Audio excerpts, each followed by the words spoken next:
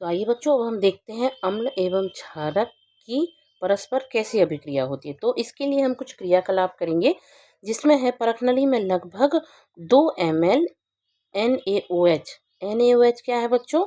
ये एक प्रकार का क्षार है।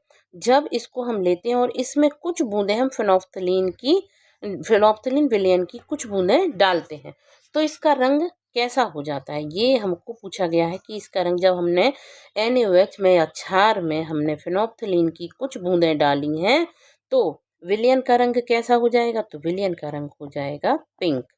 जब हम अगर आप अपने लैब में गए हैं तो आप देखेंगे कि जब हम दोनों को मिलाते हैं तो विलयन का रंग पिंक कलर के या गुलाबी रंग का हो जाता है। इसी विलयन में एक एक बूंद अब हमको इसमें मिलाना है HCl। HCl क्या होता है तनु? HCl मतलब जो लिक्विड HCl है, यानी कि अम्ल है, हाइड्रोक्लोरिक अम्ल है, इसको हम धीरे धीरे करके इसके साथ मिलाते हैं। जब हम इस अभिक्रिया में धीरे धीरे इसको मिलाते हैं तो मिश्रण के रंग में क्या परिवर्तन आया है, पूछा जाता है। तो ये आपको बताया गया है कि अगर इसमें हम, जब ये पिंक कलर का हो गया है, अब हम इसमें अगर अम्ल की, चाहे वो HCl अम्ल हो, H2SO4 अम्ल हो, अगर हम किसी भी अम्ल की मात्रा को इसमें धीरे धीरे करके मिलाते हैं, तो ये जो पिंक कलर का रंग है ये धीरे धीरे करके गायब हो जाता है, या फिर वो धीरे धीरे करके पिंक कलर एकदम चला जाता है, उसका पिंक कलर बिल्कुल गायब हो जाता है, उसमें वो रंगहीन, आप बोल सकते हैं कि रंगहीन भी हो गया है। अम्ल मिलाने के बाद फिनोप्थलीन का रंग क्यों बदल जाता है? इसके बाद अब हम देखें, क्योंकि अब इसमें पूछा है फिनोप्थलीन का रंग क्यों बदल जाता है जब हमने अम्ल मिलाया, क्योंकि जो उसमें पहले से क्षार उपस्थित था और जब हम अम्ल मिलाते हैं तो ये क्षार के गुणों को या क्षार की अभिक्रिया को या क्षार के प्रभाव को धीरे धीरे करके समाप्त कर देता है, जिसके कारण फिनोप्थलीन का रंग बिल्कुल भी नहीं दिखाई देता है, या जो विलयन है उसका रंग, वो पदार्थ जो विलयन जो है वो रंगहीन हो जाता है। लेकिन अब इस मिश्रण में दोबारा से हम NaOH की कुछ बूंदें डालते हैं, तो अब फिर से हमने उसमें क्षार मिलाया, तो क्या होगा, धीरे धीरे ये फिनोप्थलीन के रंग को पुनः ले आएगा, या पुनः उस विलयन का रंग गुलाबी हो जाएगा। तो क्यों हुआ ऐसा, ये अब हम विचार करें। क्योंकि अम्ल और क्षार जब आपस में मिलते हैं तो ये एक दूसरे के प्रभाव को या एक दूसरे के जो गुण होते हैं उनको उदासीन कर देता है, उनको समाप्त करता है। जब दोनों की, अम्ल की और क्षार की मात्रा बराबर होती है तो ये अभिक्रिया उदासीन हो जाती है। लेकिन अगर क्षार की मात्रा ज़्यादा है या अम्ल की मात्रा ज़्यादा है तो ये अपने गुणों को वापस दिखाने लगते हैं। उपरोक्त क्रियाकलाप में हमने परीक्षण किया कि अम्ल द्वारा क्षारक का प्रेक्षित प्रभाव तथा क्षारक द्वारा अम्ल का प्रेक्षित प्रभाव समाप्त हो जाता है। समाप्त होना मतलब क्रिया का उदासीन हो जाना। इस अभिक्रिया को इस प्रकार हम लिख सकते हैं कि NaOH जो कि एक क्षार है प्लस HCl जो कि एक अम्ल है, तो क्या हमें देता है, लवण देता है और जल देता है। तो जब भी अम्ल और क्षार की अभिक्रिया होगी तो हमें लवण मिलेगा और जल मिलेगा। इस बात को आप अपने दिमाग में बहुत अच्छे से बिठा लें कि जब भी अम्ल की और क्षार की अभिक्रिया होगी तो लवण मिलेगा, जो कि NaCl है, जो कि हम डेली यूज में नमक खाते हैं वो लवण है, प्लस H2O यानी कि जल मिलेगा। अम्ल और क्षार की अभिक्रिया के परिणाम स्वरूप लवण तथा जल प्राप्त होता है, तथा इसे ही हम क्या कहते हैं, उदासीनीकरण की अभिक्रिया कहते हैं। ये आपके लिए क्वेश्चन बनता है कि उदासीनीकरण की अभिक्रिया क्या कहलाती है। तो अम्ल और क्षार की अभिक्रिया जब होती है तो परिणाम स्वरूप लवण और जल मिलता है, जो कि उदासीनीकरण की अभिक्रिया कहलाती है। सामान्यतः उदासीनीकरण की अभिक्रिया को इस प्रकार भी लिखा जा सकता है। अगर हम नॉर्मल देना चाहते हैं तो ऐसे भी लिख सकते हैं कि क्षार प्लस अम्ल इट इज इक्वल टू लवण और जल, लवण प्लस जल, जो कि दोनों एक दूसरे के प्रभाव को समाप्त कर देते हैं और अभिक्रिया को उदासीन कर देते हैं। आगे देखते हैं अम्लों के साथ धात्विक ऑक्साइड की अभिक्रिया। अम्लों के साथ धात्विक ऑक्साइड, अब धात्विक ऑक्साइड का मतलब है कि वो कोई भी धातु हो सकती है, जैसे कि CaO हम लिख दें, Ca धातु है, ऑक्साइड O। साथ में अगर हम और भी चीज़ें देना चाहते हैं तो और भी लिख सकते हैं, जैसे कि Cu कॉपर ओ ऑक्साइड, कॉपर ऑक्साइड।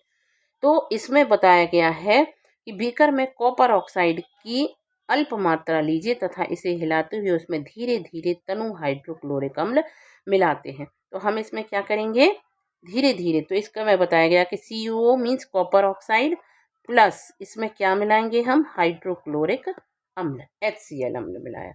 यहाँ हम इसको लिख लेते हैं बच्चों कि हमने क्या किया है, यहाँ पे हमने लिखा धात्विक ऑक्साइड कौन सा हो गया है हमारा, CuO प्लस इसमें हमने क्या मिलाया है, हाइड्रोक्लोरिक अम्ल यानी कि HCl। क्या बनेगा, आइए देखते हैं। तो ये हमें क्या दे देता है, ये हमें देगा, अब हम देखेंगे इसमें कि इसका सबसे पहले आप देखेंगे कि जब ये विलयन नीले और हरे रंग का, नील हरित रंग का हो जाता है या नील हरित रंग हमें देता है एवं कॉपर ऑक्साइड घुल जाता है। विलयन का नील हरित रंग अभिक्रिया में कॉपर 2 क्लोराइड के बनने के कारण होता है। कॉपर क्लोराइड 2 प्लस इसमें क्या बचेगा, इसमें क्या बनता है और इसमें बनेगा जल। धातु ऑक्साइड एवं अम्ल के बीच होने वाली सामान्य अभिक्रिया को इस प्रकार भी लिख सकते हैं। क्या लिख सकते हैं, इसमें क्या होता है, इसमें कॉपर क्लोराइड पूरी तरीके से घुल जाता है और ये क्या बन जाता है, इसमें बनेगा कॉपर 2 क्लोराइड, ये बनता है कॉपर 2 क्लोराइड बनेगा और साथ में जल मिलेगा। ये एक लवण है, ये जल है। अब इसमें बीच होने वाली सामान्य अभिक्रिया को इस प्रकार लिख सकते हैं, धातु ऑक्साइड, धातु ऑक्साइड मतलब CuO प्लस अम्ल, ये है अम्ल। तो यहाँ पे ऑक्साइड धातु के साथ जो ऑक्साइड है उसके साथ जब अम्ल की अभिक्रिया होगी तो सेम काम करेगा, वो लवण और जल हमको देगा।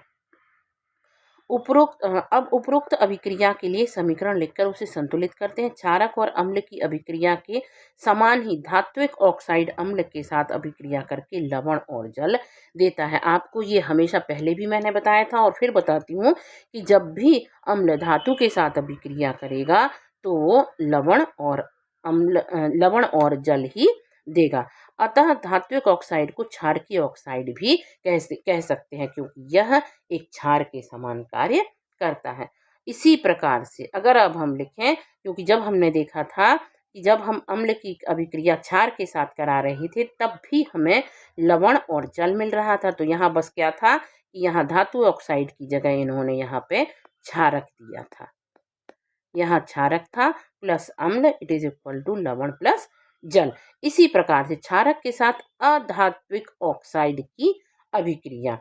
अब हम अधात्विक ऑक्साइड में कुछ भी ले सकते हैं, जैसे कि अधात्विक ऑक्साइड में CO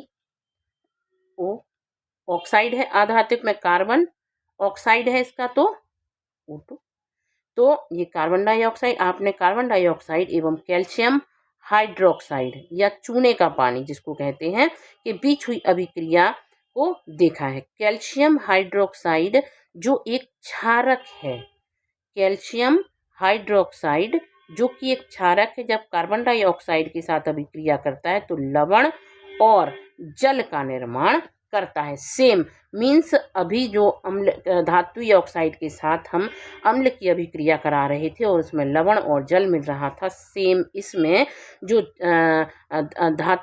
अधात्विक ऑक्साइड है वो क्षार के साथ जो अभिक्रिया करते हैं वो किस प्रकार अभिक्रिया करते हैं, वो अम्ल के समान अभिक्रिया करते हैं, जिसमें कि क्या मिलता है, लवण और जल का निर्माण होता है। चूंकि यह क्षारक अम्ल के बीच होने वाली अभिक्रिया के समान ही होता है, इस कारण से इसे हम क्या कह सकते हैं, अधात्विक ऑक्साइड अम्लीय प्रकृति के होते हैं, ऐसा हम लिख सकते हैं क्योंकि दोनों में अभिक्रिया सेम हो रही है, लवण बन रहा है और जल भी मिल रहा है।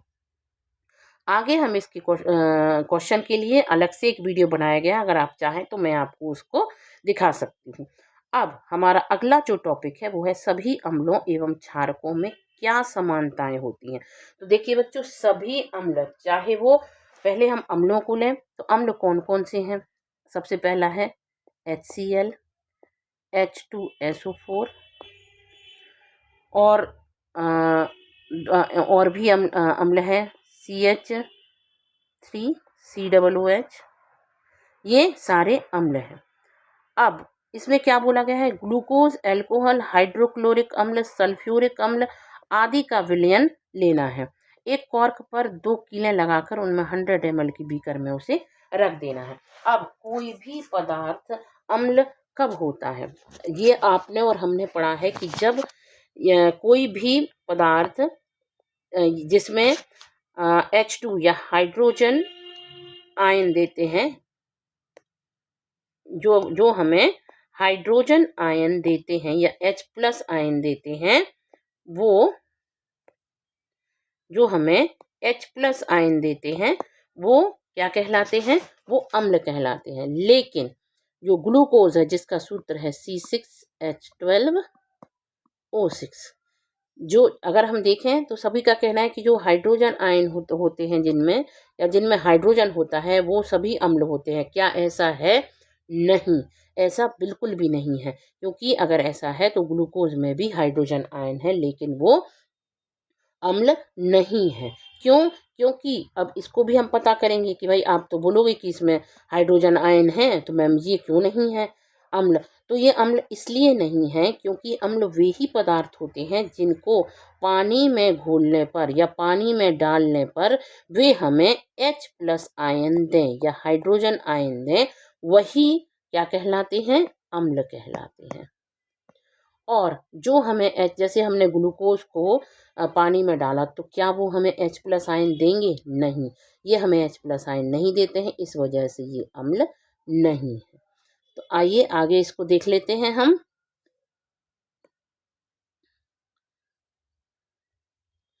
क्या करना है, इन्होंने बताया है कि एक हमें बीकर लेना है, उसमें ग्लूकोज, अल्कोहल, हाइड्रोक्लोरिक अम्ल, सल्फ्यूरिक अम्ल आदि का विलयन लेना है।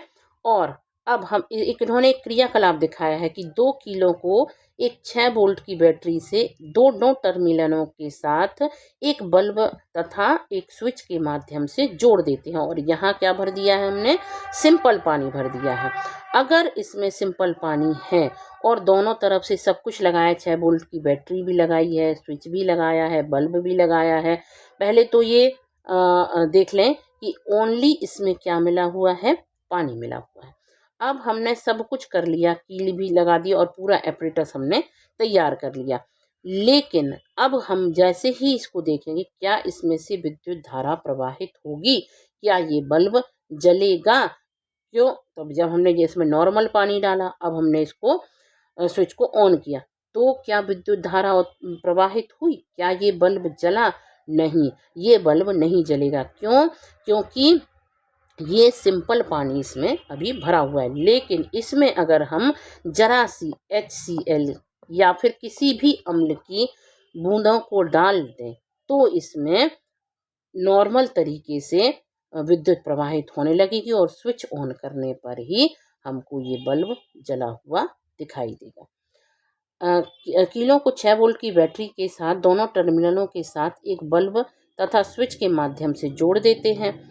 अब बीकर में थोड़ा सा तनु HCl, देखिए तनु HCl मतलब पानी में जरा सा घुला हुआ हाइड्रोक्लोरिक अम्ल डालते हैं जिससे कि विद्युत प्रवाहित होने लगती है। इसी क्रिया को तनु सल्फ्यूरिक अम्ल के साथ भी दोहराया जा सकता है। इसमें मतलब कोई भी अम्ल चाहिए, कोई भी अम्ल हो, चाहे वो HCl हो चाहे H2SO4 हो, लेकिन इसमें अम्ल का होना आवश्यक है। आपने क्या देखा, जैसे ही हम इसमें अम्ल की मात्रा चाहे वो HCl डालें या H2SO4 डालें और स्विच ऑन करें तो यहाँ से जब मान लीजिए यहाँ किसी भी तरीके से दोनों को हमने खुला छोड़ दिया है, यहाँ किसी तरीके का कोई भी तार से इसको कनेक्ट नहीं किया है, तब भी अगर इसमें हमने अम्ल डाल दिया है तब भी इसमें विद्युत धारा प्रवाहित होने लगेगी और ये बल्ब जल जाएगा। लेकिन अगर हमने इसमें अम्ल नहीं डाला है तो जो बल्ब है वो नहीं जलेगा। अब आप कहेंगे कि ऐसा क्यों हुआ? तो क्योंकि आयनों के द्वारा भी विद्युत का प्रवाह होता है। जब इसमें हम अम्ल डाल देंगे तो H+ आयन के द्वारा ही विद्युत का प्रवाह होने लगेगा, जिससे यहाँ का ये बल्ब जो है ये जल जाएगा। इन परीक्षणों को ग्लूकोज एवं एल्कोहल के विलयनों के साथ हम अलग अलग करके दोहराते हैं। तब हम जब देखते हैं, जब हमने ग्लूकोज डाला तब इसमें किसी भी प्रकार का कोई भी, इस पानी में नॉर्मल पानी है जो डिस्टिल वाटर है, तो इसमें हम अगर ग्लूकोज डाल दें तो और फिर इस हमने बल्ब को जलाया तब फिर क्या होगा, बल्ब नहीं जलेगा। हमने इसमें एल्कोहल डाला डिस्टिल वाटर में, तब फिर हमने बल्ब जलाने का प्रयास किया, नहीं जलेगा। ये बल्ब तब तक नहीं जलेगा जब तक कि इसमें अम्ल नहीं डाला जाएगा। इस डिस्टिल वाटर में जब हम अम्ल डाल देंगे, यानी कि हम HCl डाल देंगे, तब ये हमारा बल्ब जल जाए। क्यों? क्योंकि जब अम्ल जो होते हैं वो H+ आयन देते हैं और H+ आयन के द्वारा जो है वो विद्युत का प्रवाह होने लगता है। अब बल्ब प्रत्येक स्थिति में क्या जलता है, तो जब ग्लूकोज और एल्कोहल डालेंगे विलयन में तब बल्ब नहीं जलेगा, लेकिन जब हम इसमें अम्ल यानी HCl या H2SO4 डालते हैं तो बल्ब जलने लगता है। अम्ल की स्थिति में बल्ब जलने लगता है जैसा कि चित्र में दिखाया गया है, परंतु आप यह देखें ग्लूकोज और एल्कोहल का विलयन विद्युत का चालन नहीं करता है। बल्ब की जलने से यह पता चलता है कि जिस विलयन में विद्युत का प्रवाह हो रहा है अम्लीय विलयन है। विद्युत धारा का प्रवाह अम्ल में उपस्थित इन्हीं आयनों के द्वारा होता है। अम्लों में H+ आयन एवं ऋण आयन, जैसे कि HCl में Cl ऋण आयन, HNO3 में NO3, CH3 COOH में CH3 COO, H2SO4 में SO4 2+ होते हैं। चूँकि अम्ल में उपस्थित धनायन हाइड्रोजन धनायन है, जिससे ज्ञात होता है कि अम्ल विलयन में हाइड्रोजन आयन उत्पन्न होता है, इसी कारण उनका गुणधर्म अम्लीय होता है। आगे भी इसमें दिया गया है सोडियम हाइड्रोक्साइड, कैल्शियम हाइड्रोक्साइड आदि जैसे क्षारकों का उपयोग करके भी क्रियाकलाप को दोहराया जाता है। मतलब कि इसमें जब हम किन्हीं भी, चाहे तो सोडियम हाइड्रोक्साइड हो, इन को जब हम इनमें पानी में या जल में डिस्टिल वाटर में हम डालेंगे तब हमको क्या मिलेगा, यहाँ पे अभी कौन सा मिल रहा था, जब हम HCl डाल रहे थे तब हमें H+ आयन मिल रहा था, लेकिन जब हम NaOH डालेंगे तब हमें क्या मिलेगा, यहाँ पे OH आयन जब यहाँ इकट्ठे हो जाएंगे तो ये आयन भी सेम प्रोसेस करेंगे, जिससे कि जो बल्ब है हमारा वो जल जाएगा। जैसे कि क्षारकों का उपयोग करके क्रियाकलाप को दोहराएं, इस क्रियाकलाप के परिणामों से क्या निष्कर्ष निकलता है वो आप देखेंगे। आगे है हमारा जलीय विलयन में अम्ल या क्षारक का क्या होता है। तो जलीय विलयन, जैसे कि अगर किसी भी पदार्थ में तनु लगा हुआ है, इसका मतलब है उसमें उस अम्ल में या उस क्षार में पानी मिला हुआ है। तो क्या अम्ल केवल जलीय विलयन में ही आयन उत्पन्न करते हैं? आइए इसकी जांच करते हैं। तो इसकी जांच करने के लिए आपको पता हो कि जब किसी भी अम्ल में तनु जुड़ा है या क्षार में तनु लगा है, इसका मतलब है उसमें जल मिक्स है। एक स्वच्छ और शुष्क परख नली, मतलब सूखी हुई परख नली में 1 ग्राम ठोस NaCl यानी कि लवण लेते हैं और चित्र 2.4 जैसे उपकरण को व्यवस्थित करते हैं। परख नली में कुछ मात्रा में सांद्र सल्फ्यूरिक अम्ल यानी कि H2SO4 डालते हैं। अब क्या परीक्षण में क्या निकास नली से कोई गैस बाहर आ रही है? इसी प्रकार उत्सर्जित गैस की सूखे एवं नम नीले लिटमस पत्र पर जांच करते हैं। किस स्थिति में लिटमस पेपर का रंग परिवर्तित होता है? देखिए, जब हम किस स्थिति में लिटमस पेपर का रंग परिवर्तित होता है? उपरोक्त क्रियाकलाप के आधार पर आप निम्न अम्लीय गुणों के बारे में निष्कर्ष निकाल सकते हैं। देखिए, जब इसमें हम क्या करते हैं, अभी हमने इसमें परख नली में सोडियम क्लोराइड यानी कि NaCl को डाला। अब हमने और क्या किया, इसको हमने चिमटी से पकड़ा। इस परख नली में हमने कुछ बूंदें किस चीज़ की डाल दी इसमें पकड़ने के बाद? सोडियम क्लोराइड की। अब परख नली में एक निकास नली भी निकाल दी है।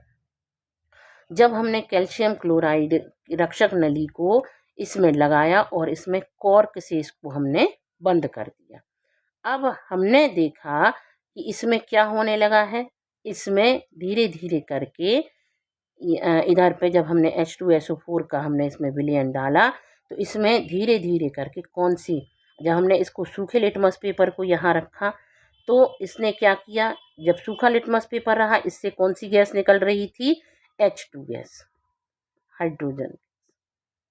जब हाइड्रोजन गैस निकली तो इसने क्या कर दिया, इसको नीले लिटमस पेपर को, चूंकि इसको ये अम्ल था इसको लाल करना चाहिए था लेकिन इसने इसको लाल नहीं किया, सॉरी H2 गैस नहीं, HCl।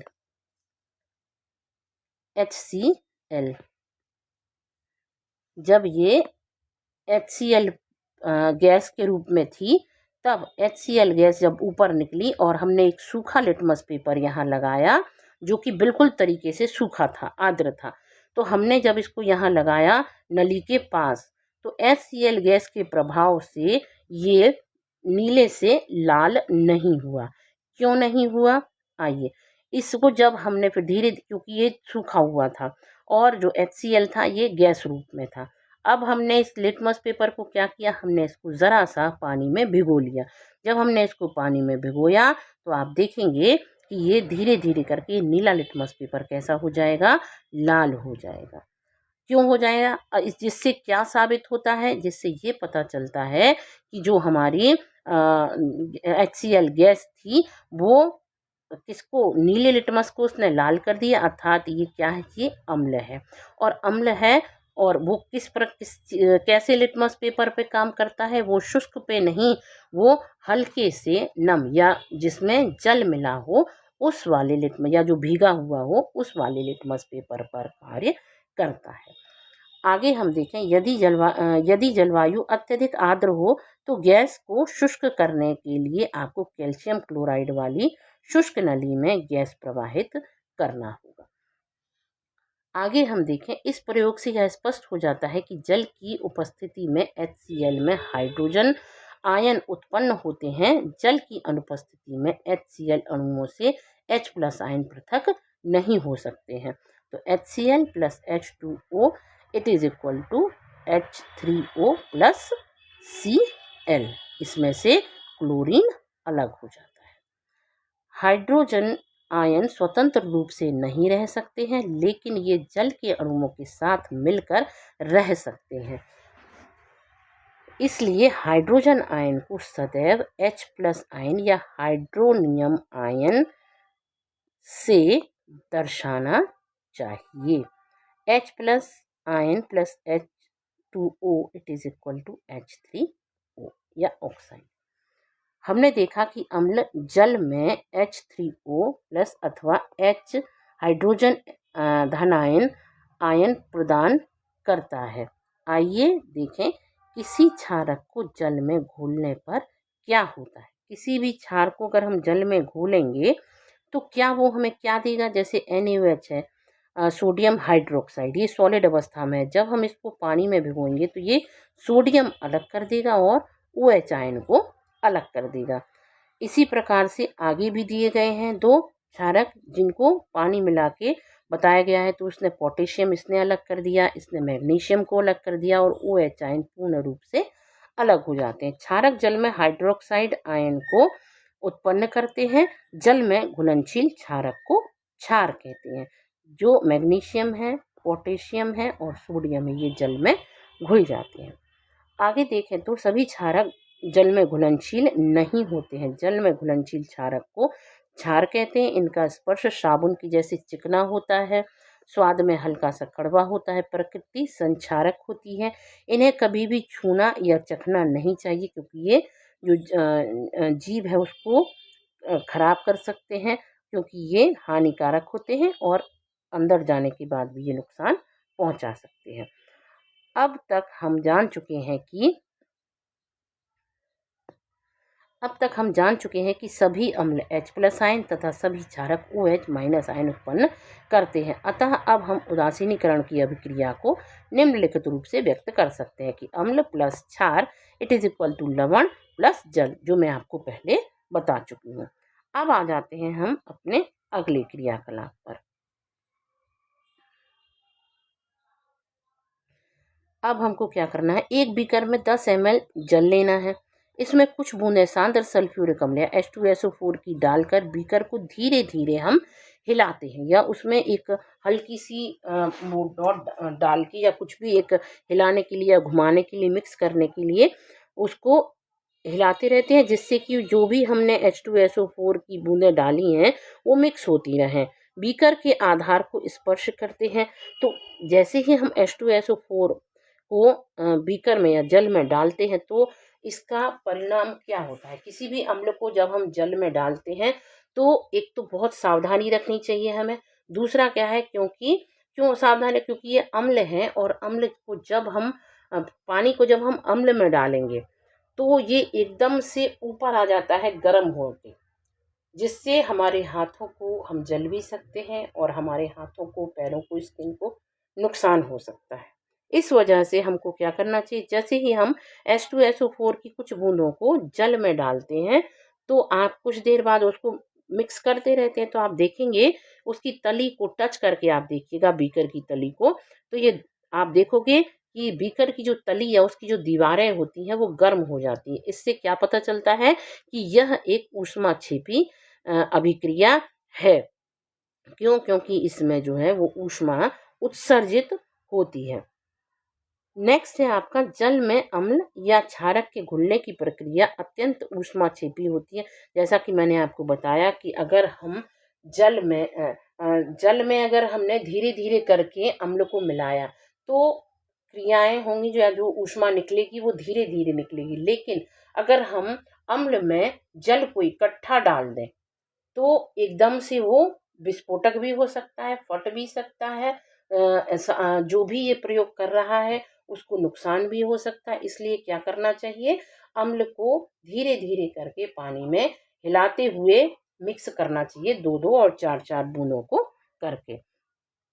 इसके बाद है आपका, सांद्र सल्फ्यूरिक अम्ल को जब मिलाते हैं तब अत्यंत सावधानी रखनी चाहिए। अम्ल को सदैव धीरे धीरे तथा जल को लगातार हिलाते हुए जल को मिलाना चाहिए। सांद्र अम्ल में जल मिलाने पर उत्पन्न हुई ऊष्मा के कारण मिश्रण आस्फलित होकर बाहर आ सकता है तथा आप जल सकते हैं। साथ ही अत्यधिक स्थानीय ताप के कारण प्रयोग में उपयोग किया जा रहा कांच का पात्र भी टूट सकता है। सांद्र सल्फ्यूरिक अम्ल कैन, डिब्बा या सोडियम हाइड्रोक्साइड की बोतल पर चेतावनी के चिन्ह पर ध्यान दीजिएगा।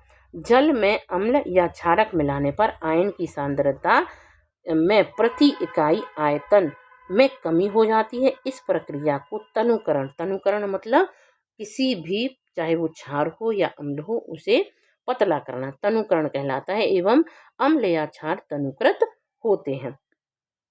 इसके बाद आ जाते हैं, अम्ल एवं क्षारक के विलयन कितने प्रबल होते हैं। तो बच्चों, इस चीज़ का पता लगाने के लिए, मतलब अम्ल और क्षार कितनी ज़्यादा किसी भी पदार्थ पर कितनी ज़्यादा क्रिया कर सकते हैं या कितने ज़्यादा प्रबल हो सकते हैं, इस चीज़ का पता लगाने के लिए हम सूचकों का उपयोग करते हैं। सूचक जो मैंने आपको सबसे पहले बताया था, जो अम्ल और क्षार की प्रबलता को बताने का कार्य करते हैं और या उनकी पहचान करने का भी कार्य करते हैं। तो ये सूचकों का हम उपयोग करके अम्ल एवं क्षार के अंतर को प्रदर्शित किया जा सकता है। पिछले अध्याय में हमने H+ अथवा OH आयनों के विलयनों की सांद्रता कम होने पर तनुकरण के बारे में पढ़ा था। क्या हम किसी विलयन में उपस्थित आयनों की सांद्रता जान सकते हैं? क्या हम ज्ञात कर सकते हैं कि विलयन में अम्ल तथा क्षारक कितना प्रबल है? मतलब प्रबल मीन्स किसका प्रभाव ज़्यादा है, उसको हमको पता लगाने के लिए किस चीज़ का उपयोग करते हैं हम? इसको जानने के लिए हम सार्वत्रिक सूचक, जो कि सूचकों का मिश्रण होता है, उसका उपयोग करके ज्ञात कर सकते हैं। सार्वत्रिक सूचक किसी विलयन में हाइड्रोजन आयन की विभिन्न सांद्रता को विभिन्न रंगों में प्रदर्शित कर सकता है। जैसे कि सार्वत्रिक सूचक में हम क्या ले सकते हैं, पीएच स्केल, जो कि क्या काम करता है, जो कि अम्लीयता और क्षारीयता को रंगों के माध्यम से बता सकता है। किसी विलयन में उपस्थित हाइड्रोजन आयन की सांद्रता ज्ञात करने के लिए एक स्केल विकसित किया गया है, जिसे पीएच स्केल कहते हैं। इस पीएच स्केल में पी सूचक होता है, या जिसको हम पोटेंस कहते हैं, जो एक जर्मन शब्द है। इसका अर्थ होता है शक्ति, कि कौन कितना शक्तिशाली है, अम्ल हो या क्षार हो। उसका पता लगाने के लिए हम पीएच स्केल का इस्तेमाल कर सकते हैं, उसका यूज़ कर सकते हैं। सामान्यतः पीएच स्केल से सामान्यतः शून्य से अधिक अम्ल वाले पदार्थ होते हैं। अधिक क्षारीय अगर है तो पीएच स्केल को अगर जो 14 से ज़्यादा होगा वो अधिक क्षारीय होगा। अगर 0 से कम है तो वो ज़्यादा अम्लीय होगा, और अगर 14 से ज़्यादा है तो वो ज़्यादा क्षारीय होगा। पीएच को ज्ञात कर सकता है। साधारण भाषा में पीएच को एक ऐसी संख्या के रूप में देखना चाहिए जो किसी विलयन की अम्लता अथवा क्षारीयता, कौन सा पदार्थ या कौन सा अम्ल या कौन सा क्षार कितना ज़्यादा अम्लीय है या कितना ज़्यादा क्षारीय है, इसका पता लगाने के लिए पीएच स्केल का उपयोग किया जाता है। आइए इसको देखते हैं। क्षारकीयता को दर्शाते हैं। हाइड्रोनियम आयन की सांद्रता जितनी अधिक होती है उसका पीएच उतना ही कम होता है। जिसका हाइड्रोनियम जो आयन होते हैं उसकी सांद्रता, मतलब जो जितना अधिक हाइड्रोनियम आयन मिक्स होगा उसका उतना ही अधिक पीएच मान, जितना अधिक होगी उसका पीएच मान उतना ही कम होगा। किसी भी उदासीन विलयन के पीएच का मान 7 होता है। उदासीन मीन्स अम्ल और क्षार आपस में क्रिया करेंगे, दोनों की मात्रा बराबर होगी तो वो अभिक्रिया उदासीन हो जाएगी, और जो पदार्थ होगा उसका पीएच मान कितना हो जाएगा, 7 हो जाएगा। और जो कि अगर यदि पीएच स्केल में किसी विलयन का मान 7 से कम होता है तो वह अम्लीय होगी, और अगर 14 से 7 से 14 के बीच होता है तो वह विलयन OH आयन की सांद्रता में वृद्धि करेगा, और OH आयन की सांद्रता में अगर वो वृद्धि करेगा तो इसका मतलब क्या है कि वो पदार्थ क्षारकीय होगा, अर्थात यह पदार्थ क्षार की शक्ति को प्रदर्शित करता है। सामान्यतः पीएच सार्वत्रिक सूचक अंतर्भारित पेपर द्वारा ज्ञात किया जा सकता है। देखिए इसमें आपको स्पष्ट रूप से दिखाया गया है, 7 दिया हुआ है, 7 है, इसका मतलब पदार्थ जो है वो उदासीन है। और अगर 7 से नीचे है तो वो H आयन दे रहा है, H आयन की सांद्रता में वृद्धि हो रही है तो ये अम्लीय होगा। तो ऐसे पदार्थ क्या होंगे, अम्लीय होंगे। और अगर OH आयन ज़्यादा दे रहा है तो ये कैसे होंगे, ये क्षार प्रकृति के होंगे।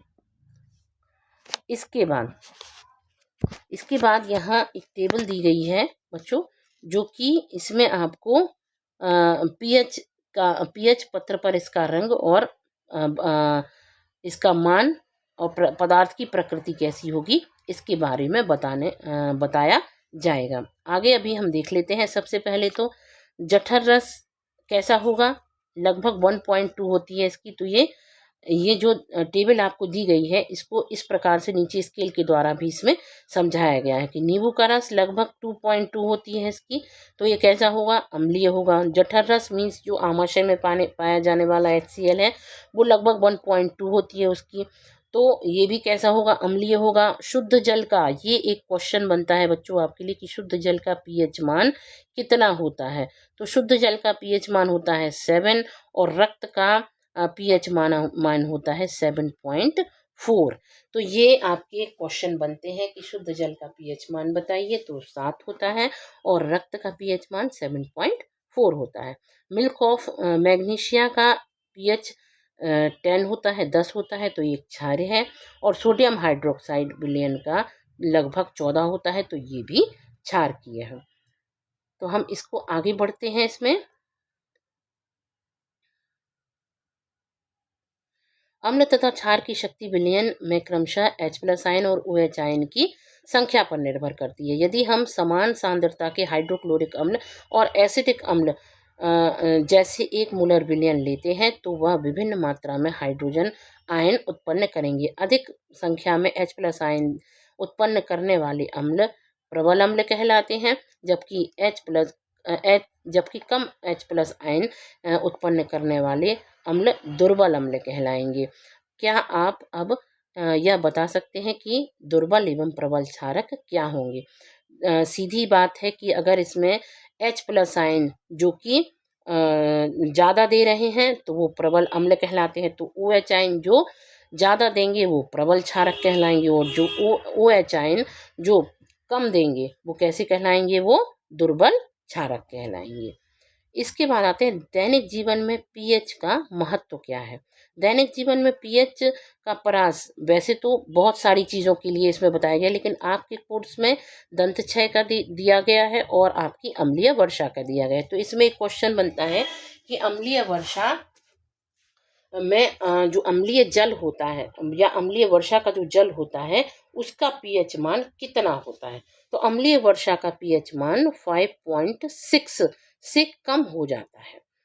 पीएच मान जो है जब 5.6 से कम हो जाता है नॉर्मल जल का, तो वो अम्लीय वर्षा है। नॉर्मल वर्षा वाले जल का पीएच मान अगर 5.6 से कम है तो वो वर्षा कैसी कहलाने लगती है, वो वर्षा अम्लीय वर्षा कहलाने लगती है।